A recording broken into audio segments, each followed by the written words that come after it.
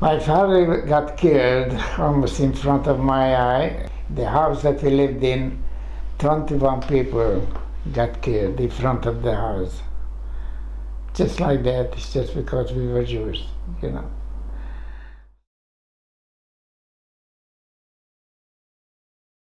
In Budapest, after the Nazis invaded Hungary and Budapest, the Jewry had to move in special signed houses, and they put huge yellow Mogen David stars on the above the entrance, and the Jews had to move inside that houses. It was a logistic issue. It was much easier to deport it after it. The Jewry, it was the original plan, and the non-Jewish population usually moved out. So you can imagine they moved families, 2, 3, 4 members of the families. You know, the males were in forced labor camps, the younger generation women maybe somewhere other places, but elder women and kids stayed, many people crammed in one places, and later in the ghetto there was rooms with 10 or more than 10 people with only a small pack, with only one pot, so it was horrible. Oh. Okay, my name is Andrei Jacob. In Hungarian it's Jakob Endre. Yes. The whole thing started in 1944 around June, and it lasted until the Russians came in. And around June 1944, it came out that the Jewish people had to wear that yellow star. And it became worse and worse until they put us together in those houses, designated houses.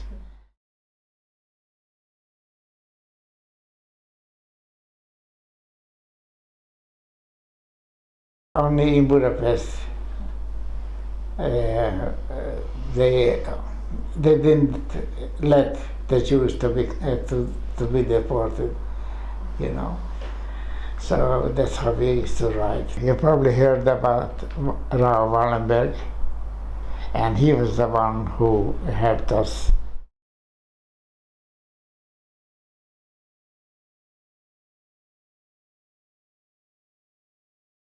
He was the one who helped us, helped other people who were outside the ghetto to be somehow safe, although we weren't safe, because every day we were accepting that those Hungarian fascists come and take us to the Danau, and you know what happened. Did you know about everything that was going on? Did you understand it? Well, I was 14, 15 years old, of course. Well, actually, as far as that goes, they didn't start then. They started a long, long time ago. I remember one incident. I went to the Hebrew school in Debrecen, in that where we lived, where I grew up. And at night I came home. We were always scared of the young Christian boys, you know, because they hated us and they always wanted to beat us up. And one night I came home somehow, and I didn't even know where it came from. I got a slap in the face, you know. Just an example how things were over there, you know. In the middle of January, the Russians came in and liberated us, you know. So for us, the Russians meant life. Budapest, after the war, we couldn't recognize it. It was a shambles, you know. I don't think that was a house that wasn't damaged. But in 1958, my family from America, they sent us papers and we left. We went to America.